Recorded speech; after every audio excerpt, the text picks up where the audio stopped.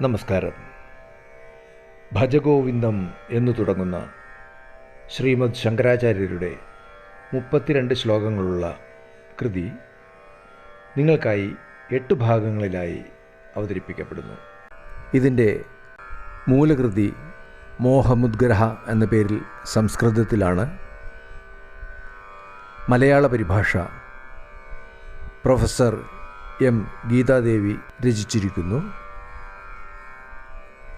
ആലാപനം MP രാമദാസ്. ഇപ്പോൾ കേൾക്കാം ഭജഗോവിന്ദം.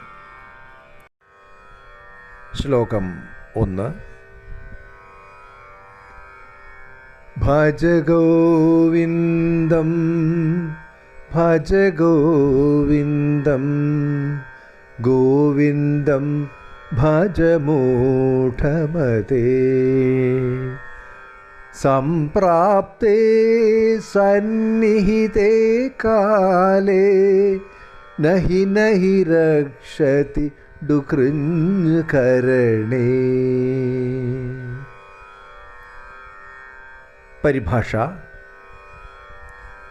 ഗോവിന്ദനെ തന്നെ ഭജിക്കയുള്ളിൽ ഗോവിന്ദനാമം ജപമന്ത്രമാക്ക. ഹേ മൂഢ, നിന്നന്ത്യമടുത്തിടുമ്പോൾ പഠിച്ചതാം വ്യാകരണം തുണയ്ക്ക. സാരാംശം: അല്ലയോ മൂഢാത്മാവേ, നീ വ്യാകരണവും മറ്റും പഠിച്ച് നിന്റെ സമയം കളയാതെ ഉള്ള സമയം കൊണ്ട് ഗോവിന്ദനെ ഭജിക്കുക. നിനക്ക് മരണമെടുക്കുന്ന നേരത്ത് ഈ വ്യാകരണങ്ങളൊന്നും തന്നെ തുണയുണ്ടാകില്ല. ശ്ലോകം 2. മൂഢജഹീഹി ധനാഗമതൃഷ്ണാം കുരു സദ്ബുദ്ധിം മനസി വിതൃഷ്ണാം. യല്ലഭസേ നിജകർമ്മോപാത്തം വിത്തം തേന വിനോദയ ചിത്തം. പരിഭാഷ: ത്യജിക്കണം നിന്റെ ധനാർത്തിയേവം സദ്ബുദ്ധിയാൽ തൃഷ്ണയൊഴിഞ്ഞു വാഴുക. ലഭിപ്പതെന്തോ നിജകർമ്മപാകം തൃപ്തിപ്പെടേണം മനസാതദേവം.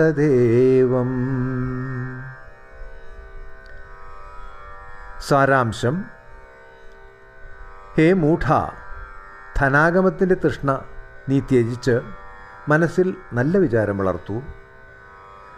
നിന്റെ കർമ്മത്തിൻ്റെ ഫലമായി നിനക്ക് എന്തു ലഭിക്കുന്നുവോ അതുകൊണ്ട് മനസ്സിനെ തൃപ്തിപ്പെടുത്താൻ ശ്രമിക്കൂ.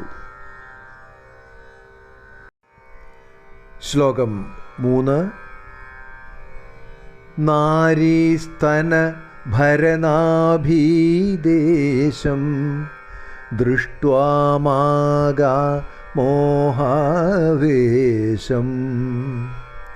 ഏതന്മാംസവസാദിവികാരം മനസി വിചിന്തയ വാരം വാരം. പരിഭാഷ: നാരീജനത്തിൻ സ്തനനാഭി കാൺകേ മോഹിക്ക വേണ്ട മതിവിഭ്രമം താൻ. മേധസ്സു മാംസാദിവികാരമാകും ചിന്തിക്കണം നീ പലവട്ടമിത്തം. സാരാംശം: സ്ത്രീകളുടെ സ്തനം, നാഭി എന്നിവയെക്കുറിച്ച് പേർത്തും ചിന്തിച്ച് അവയിൽ അമിതമായ മോഹമോ ആവേശമോ സൂക്ഷിക്കാതിരിക്കുക. എന്തെന്നാൽ ശരീരത്തിലെ മറ്റ് അവയവങ്ങളെപ്പോലെ തന്നെ അവയും മാംസത്താൽ നിർമ്മിച്ചിരിക്കുന്നവ മാത്രമാണ്. വീണ്ടും ചിന്തിച്ച് അത് മനസ്സിലാക്കൂ. ശ്ലോകം 4.